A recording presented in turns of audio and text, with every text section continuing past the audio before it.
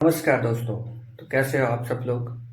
Finally हमारी केदारनाथ की trip ख़त्म हो चुकी है और हम वापस आ चुके हैं। अभी अभी नेक्स्ट ट्रिप देखेंगे बाद में और कहाँ की बनती है। लेकिन आपको कुछ जानकारी देना चाहेंगे हम कि केदारनाथ जाते समय आपको क्या क्या बातों का ध्यान रखना चाहिए और क्या क्या ज़रूरी है सामान ले जाना। पहली बात तो ये कि आप रेनकोट वहाँ से नहीं, अपने यहीं से लेके जाए जहाँ से आप जा रहे हो, रेडी अपने साथ रखें। क्योंकि वहाँ रेनकोट जो मिलता है वो बहुत ही सस्ता मिलता है, 100 रुपये के आसपास आपको मिल जाएगा। लेकिन वो आपको ज़्यादा देर टिकेगा नहीं। अगर मान लो बारिश चालू हो गई तो आपका ज़्यादा टिकेगा नहीं। उसको निकालते पहनते, अगर रास्ते में जा रहे हो तो निकालना तो होता रहता है।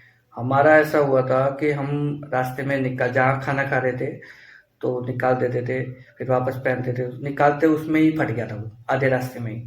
फिर वो पूरा पानी अंदर आने का पूरे भीग गए थे हम लोग और ऊपर जाते जाते हमारी हालत ख़राब हो गई थी। तो एक तो ये बात ध्यान रखें कि आपको रेनकोट हमेशा इधर से अच्छा वाला लेके जाने का है।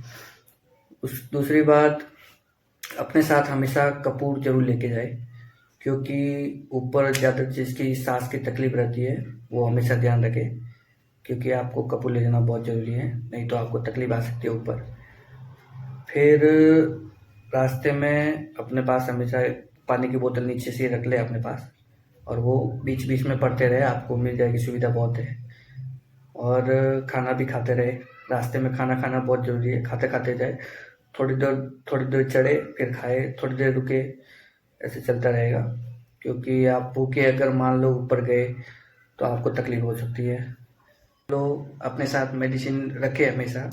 और मान लो अगर आप भूल गए हो तो एक बात का हमेशा ध्यान रखें, उधर आप जब भी ऊपर जाएंगे ना केदारनाथ, वैसे तो बीच में भी आपको सेवा मिल जाएगी इस चीज़ की, लेकिन ऊपर हमने देखा था, ऊपर आप जाएंगे ना तो पहले मंदिर से पहले जो ब्रिज आएगा उसके पास में, जहाँ से आप टोकन लेते हो दर्शन का, उसके पास में आपको इसका सुविधा भी मिल जाएगा, आपको फ्री में मेडिसिन प्रोवाइड की जाएगी।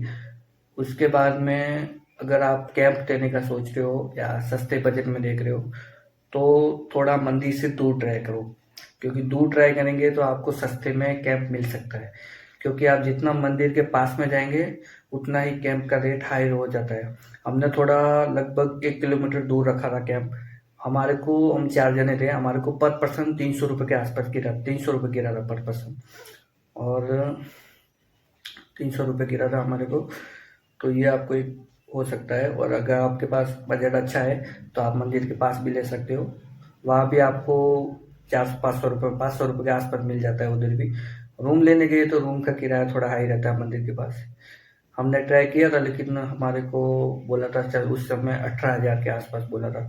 हम 5-6 तारीख को ऊपर पहुँच गए थे तो 18,000 के आसपास बोला था, वो हमारे लिए बहुत सही था। अब भी आप मान लो बाहर से दर्शन करना चाहते हो तो अब आप कैसे भी जा सकते हो, कभी भी जा सकते हो, उसका कोई प्रॉब्लम नहीं है।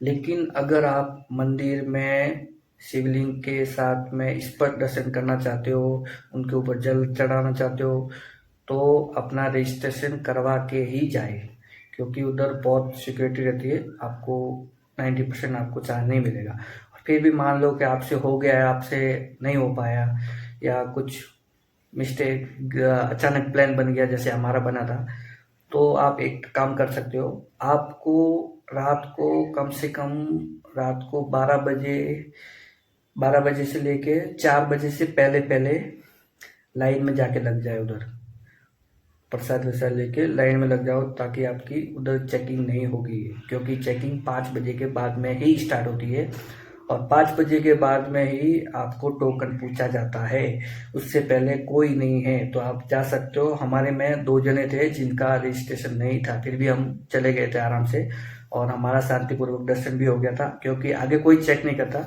आपको चेकिंग पहले ही होगी। उसके अंदर जाते ही आपको कोई चेकिंग नहीं करने वाला।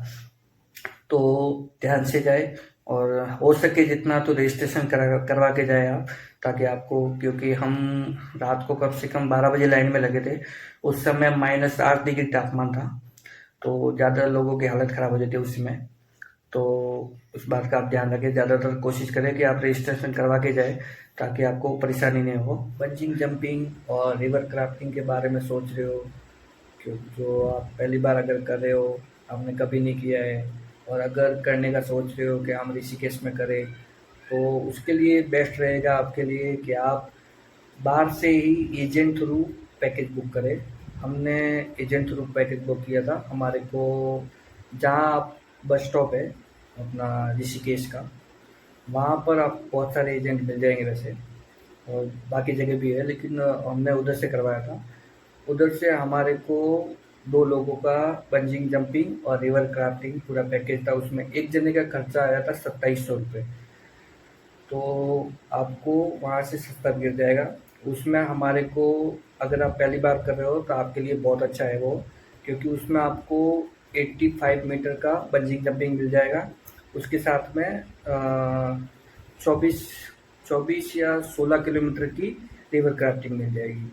तो अगर पहली बार कर रहे हो आप, तो आपके लिए बहुत अच्छा है। और आपने अगर पहले किया है तो फिर आप बड़ा पैकेज भी ले सकते हो उसमें। लेकिन अगर पहली बार कर रहे हो तो आपको सस्ते में और कम बजट में बढ़िया रिवर क्राफ्टिंग और बंचिंग जंपिंग दोनों हो जाएगा। जहाँ से आप पहले बंचिंग जंपिंग आप लेकर जाएगा आपको, उधर से ही आपको जैसे बंचिंग जंपिंग हो जाएगा, उधर से आपको कॉल करना है उनको, एजेंट का उनको कार्ड दे देंगे आपको। आप उनसे उनको उधर से डायरेक्ट कॉल कर दो कि हमारा ये हो गया है, तो आप हमें लेने आए। तो वहाँ पे आपको खुद लेने आएंगे, तो आपको कोई झंझटमारी नहीं होगा। हाँ, लेकिन ज़्यादा सामान अपने साथ लेके मत जाए, क्योंकि उधर से डायरेक्ट रिवर क्राफ्टिंग में लेके जाएंगे तो उधर आपको सामान के लिए तकलीफ हो जाएगी। तो ज़्यादातर कोशिश करें कि अपने साथ मोबाइल, या बस खाली मोबाइल के अलावा ज़्यादा कुछ रखें नहीं, ताकि आपको उधर के मोबाइल के लिए तो सुविधा मिल जाएगी, लेकिन बैग वैग ज़्यादातर वो क्या है, वापस कार के साथ ही रिटर्न जाता है वापस। तो उसके लिए आप ध्यान रखें। बाकी और बाकी तो महादेव है साथ में, हो जाएगा। जाओ एकदम घूम के आओ बढ़िया। और देखते हैं अगली ट्रिप कहाँ की बनती है, फिर आपको वहाँ का भी बताएंगे जानकारी। ठीक है, अभी के लिए नमस्ते, धन्यवाद।